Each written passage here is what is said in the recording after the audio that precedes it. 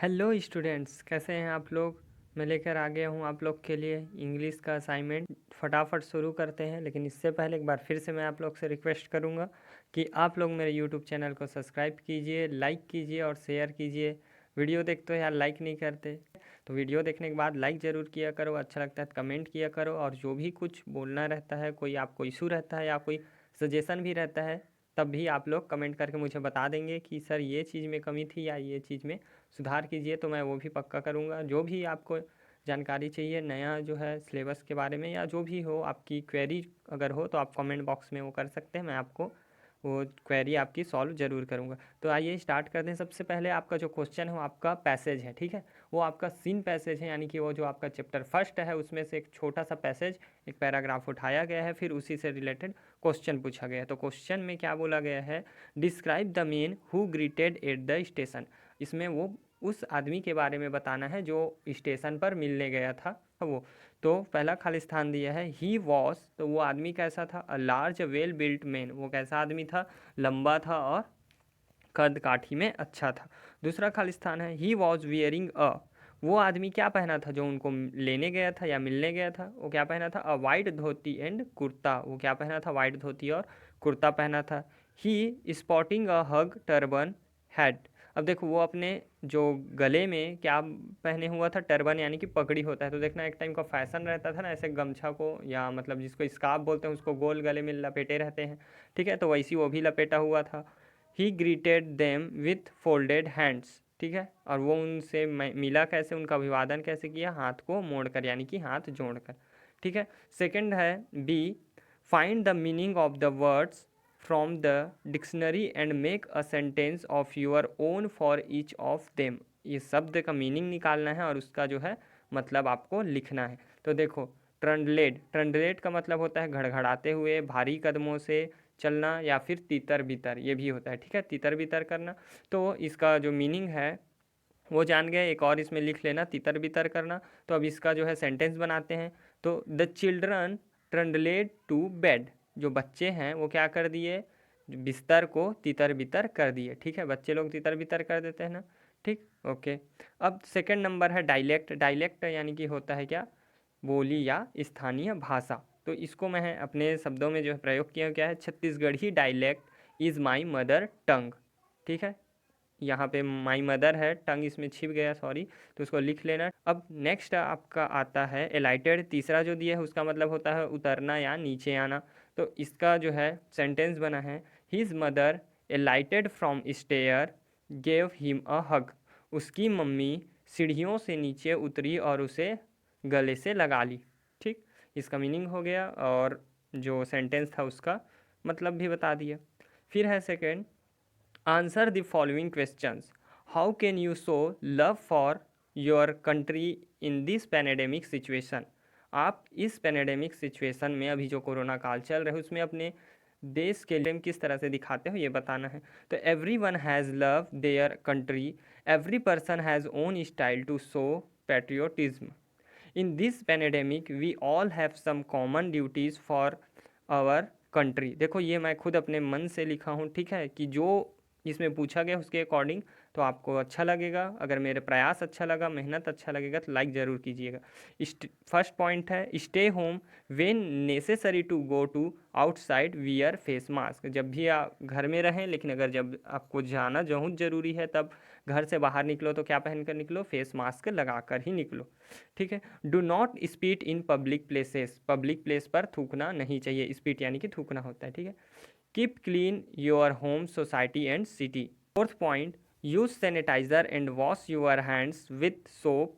Soap SOAP है, मेरा भाई लिख रहा था, छोटा भाई है तो वो थोड़ा मिस्टेक कर दिया है। Use sanitiser and wash your hands with soap at least 20 times in a day, 20 बार कम से कम हाथ धोना, ये तो सब जानते होंगे, ठीक है। अब नेक्स्ट क्वेश्चन है name the Indians who have received Nobel prize and their category. अब हमें उन व्यक्तियों के नाम लिखना है जिनको नोबेल प्राइज़ मिला है और किस क्षेत्र में मिला है। तो आपको पता होगा कि नोबेल प्राइज़ जो है 6 क्षेत्रों में दिया जाता है। अगर नहीं पता है तो मैं बता देता हूँ। पहला साहित्य के क्षेत्र में दिया जाता है, ठीक है। दूसरा शांति के क्षेत्र में, तीसरा भौतिकी के क्षेत्र में, चौथा रसायन के क्षेत्र में, पांचवा मेडिसिन यानी कि कि बायोलॉजी, जिन लोग डॉक्टर वगैरह रिसर्च करते हैं उसके क्षेत्र में, ठीक है, जिसको चिकित्सा का क्षेत्र बोलते हैं। और छठवा जो है अर्थशास्त्र के क्षेत्र में। ये 6 क्षेत्रों में जो है नोबेल का प्राइज़ दिया जाता है। तो आइए देखते हैं किसको किसको क्या मिला है। The Nobel prize is distributed in 6 categories, जो मैं बोला था, ठीक है। अब उसके इंडियन विनर कौन कौन से हैं? तो पहले विनर थे रविंद्रनाथ टैगोर। उनको किस बेस पर मिला था? कैटेगरी क्या था उनका? लिटरेचर। क्या था उनका कैटेगरी? लिटरेचर था। दूसरे थे सर सीवी रमन थे, ठीक है। ये इसको किस क्षेत्र में मिला था? फिजिक्स के क्षेत्र में मिला था, भौतिकी के क्षेत्र में।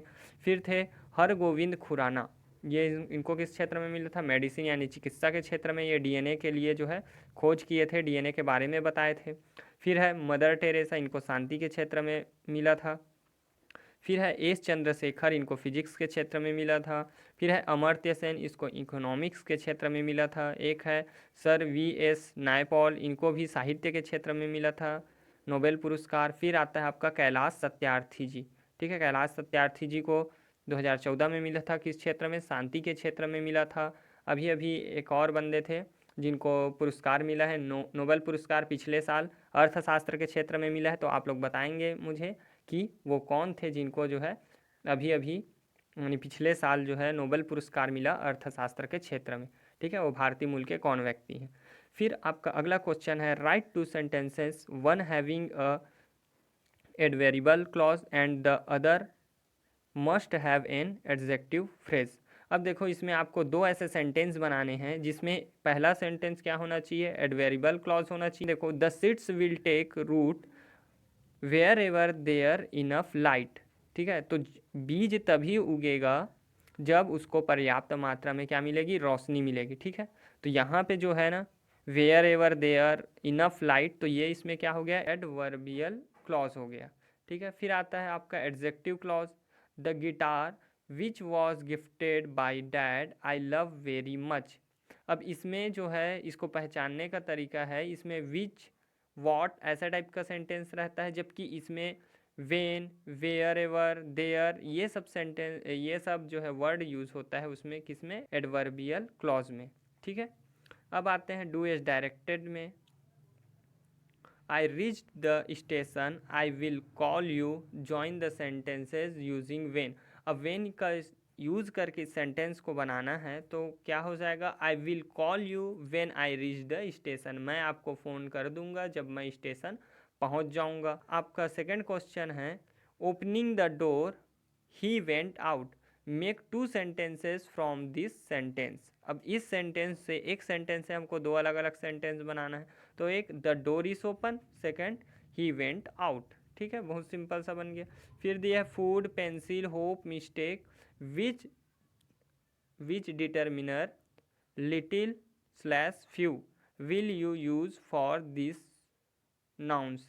ये नाउन्स जो हमको अभी दिए हैं ऊपर में, उसके लिए कौन सा डिटर्मिनर हम यूज़ करेंगे? देखो डिटर्मिनर का मतलब होता है उसकी मात्रा को जब बताते हैं ना, उसके लिए हम बोल सकते हैं, कई बार जो है उनकी क्वालिटी वगैरह बता देते हैं, ठीक है। तो डिटर्मिनर में हम यहाँ क्या यूज़ करेंगे? देखो फूड, फूड के लिए क्या यूज़ होगा? लिटिल फूड, लिटिल का मतलब कम भी होता है। और जो चीज़ अनकाउंटेबल होता है उसके लिए हम लिटिल यूज़ करते हैं। जैसे फूड, फूड को हम गिन सकते हैं क्या 5 फूड है या 4 फूड है करके? तो नहीं, उसको क्या बोलते हैं? मात्रा ही बताएंगे, थोड़ा सा है ज़्यादा सा है, तो इसीलिए यहाँ पे क्या यूज़ होगा? लिटिल। पेंसिल के लिए भी देखो, यहाँ पेंसिल के लिए फ्यू भी आप यूज़ कर सकते हो, लिटिल भी यूज़ कर सकते हो, क्योंकि पेंसिल को आप गिन सकते हो, लेकिन हम यहाँ पे क्या है, गिनती की बात नहीं कर रहे हैं, इसीलिए हम क्या यूज़ कर लिए यहाँ पे? Little pencil. फिर होप, होप का मतलब उम्मीद होता है, मुझे आपसे थोड़ी उम्मीद है, ठीक है ना। तो थोड़ी का मतलब लिटिल, लिटिल होप। मिस्टेक, एक छोटी सी गलती हो गई तो मिस्टेक के लिए अ लिटिल मिस्टेक, ठीक है। ये सब आएगा। फिर क्वेश्चन चौथा है यू आर अनुज या Anju 63 Avanti Vihar Raipur, write a letter to your friend telling him her about how you spend your days during lockdown. आप लॉकडाउन के दिन में क्या किए, ये अपने दोस्त को जो है चिट्ठी लिखकर आपको बताना है।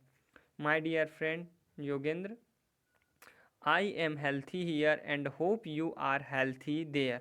मैं यहाँ अच्छा हूँ, स्वस्थ हूँ और उम्मीद करता हूँ आप भी वहाँ स्वस्थ होंगे। I am following the rules of lockdown completely, मैं लॉकडाउन के नियम का पूरी तरीके से पालन कर रहा हूँ। I do not go out of the house, मैं घर के बाहर नहीं जाता। During the lockdown days I learn a lot of good things, मैंने लॉकडाउन के दौरान बहुत सारी अच्छी चीज़ें सीखी।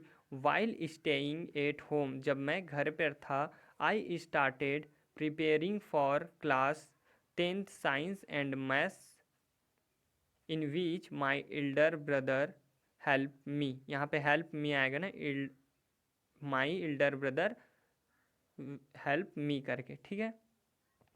यहाँ पे अच्छा, यहाँ पे फिर से है वो, यहाँ पे अच्छा दिखेगा, देखो।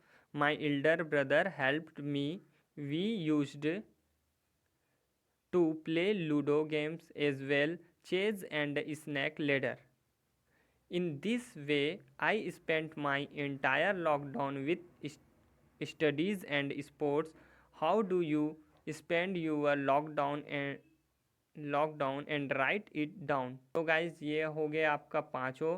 तो यहाँ पे जनरली जितने भी क्वेश्चन आंसर हैं मेन, है ना, वो सब, एक तो फ्रेज वाला तो उसी का है, उसके बाद बाकी मैं अपने मन से बनाया हूँ, स्पेशली ये जो लेटर वाला है, ठीक है, और जो हम वाक्य में प्रयोग किए हैं वो सब के लिए। तो अगर मेहनत अच्छी लगी तो लाइक कीजिएगा, लाइक नहीं करते यार, ये थोड़ा अफसोस होता है, लेकिन कोशिश कीजिए कि लाइक करने में कोई बहुत टाइम नहीं लगता, ठीक है, कुछ जाता भी नहीं आपका, ठीक है। तो लाइक कीजिएगा, अच्छा लगेगा, दोस्तों के साथ अपने शेयर कीजिएगा। अब कल के लिए वेट कीजिए, कल मैं साइंस का वीडियो जो है असाइनमेंट लेकर आऊँगा, क्योंकि आप लोग के पास 10 तारीख तक का टाइम है असाइनमेंट जमा करने का, हो सकता है किसी किसी के पास 8 तारीख का टाइम हो। तो कल मैं साइंस का वीडियो ले आऊँगा, साइंस का वीडियो जो है जल्दी ही अपलोड कर दूँगा 10 या 11 बजे। तो तब तक के लिए keep learning, keep watching my videos.